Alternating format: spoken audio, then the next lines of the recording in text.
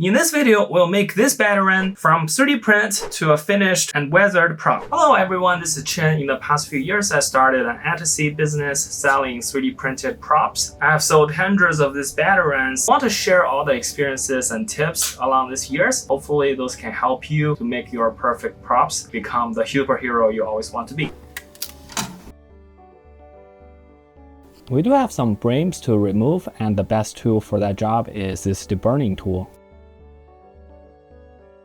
The bamboo did a really good job ironing out the top surfaces. The only place we need to sand off is here. Hear the sound? The best tool for that is the mouse sander. It's a really rough pad I got here. I've mainly focused on here.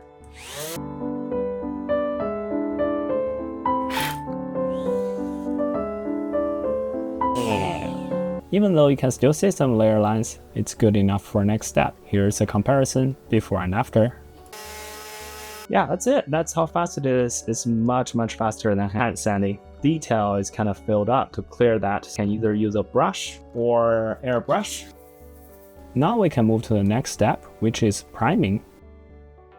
Couple handy tools for painting. First is this alligator clip. Especially have these magnet base, very convenient. You just clip somewhere that would be hidden later down the paint job, and you can just put it on a handy tool that you can create yourself. So you just get the masking tape and make it pretty long. Basically wrap it around normally, and then you wrap it reverse.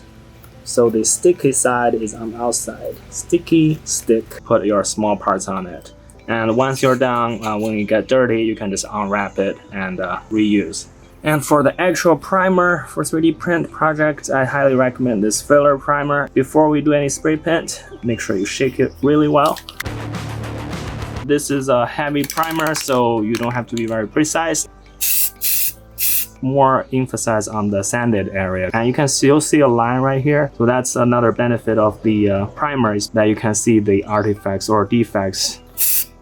I make it pretty wet, so this is how I make sure they will fill the sanding lines and the layer line. Of course, make sure you're in a well-ventilated area or wear a mask. First primer layer is down, and before we wrap this up, make sure you wipe the nozzle clean. See, right now there's some paint on there, and if it dried up, it could clog your nozzles. Just wipe it off, then it's good for the next time. After about 10 hours, the primer is pretty much dry. You can still see some defects here, some layer lines, so we need to do another primer layer. After the second coat of the primer, most of the scratches are gone. Some details are clogged up, but overall it's pretty good. So next is where the fun starts, sanding. I got some water here. Wet sanding is more easier and efficient. This is how a clogged sandpaper looks like. It is because the primer is not fully dried, so we just need to use another piece of sandpaper or use a different area. Wipe the water away with paper towel so we can better see the progress, and that's pretty good. Make sure you rinse the parts under a faucet and let it air dry. Now the parts are fully dried, we can fix the small details with a sharp tipped tool. Some of the circles are not rounded on this clip. We have a set of rounded files. Just don't push too hard or the part might be broken. For the connector piece, we're using some hobby glue, Tamiya Extra Thin.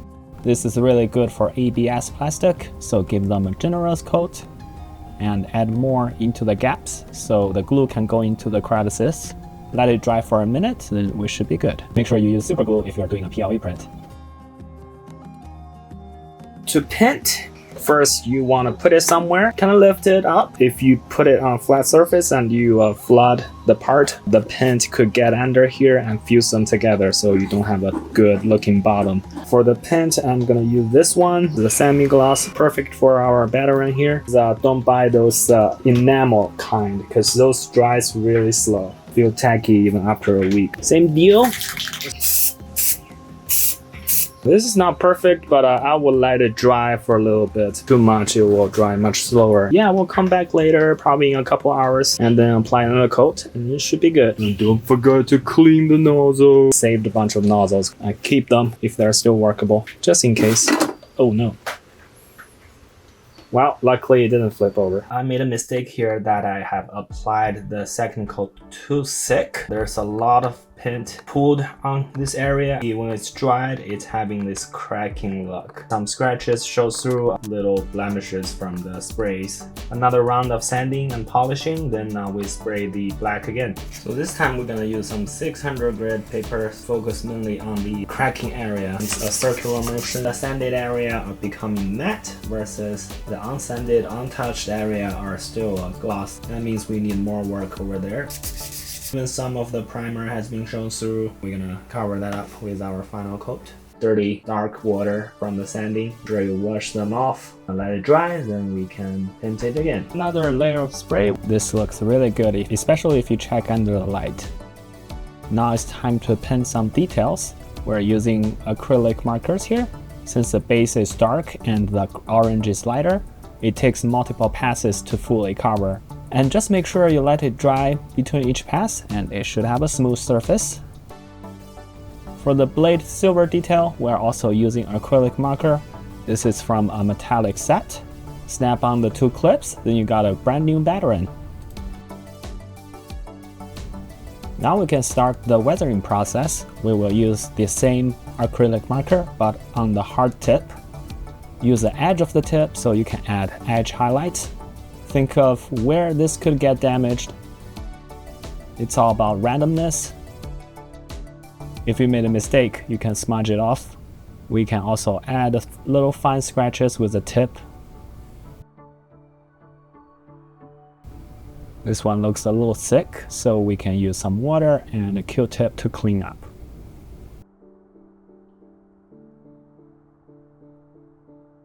Bonus tip, this is some gouache paint.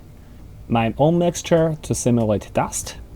We just need to add some into the crevices. And since it's water-based, that you can reactive with water, so you can customize the look. With a wet paint, we can easily reactivate them and remove the extras.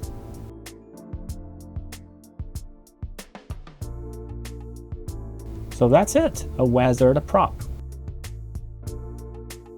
Add it onto a base and it's ready to be packaged and sent to someone as their collection. If you want one, there's a link in the description. Alright, that's it. Hopefully this is a helpful video. Let me know if you have any questions in the comments and I'll see you in the next one.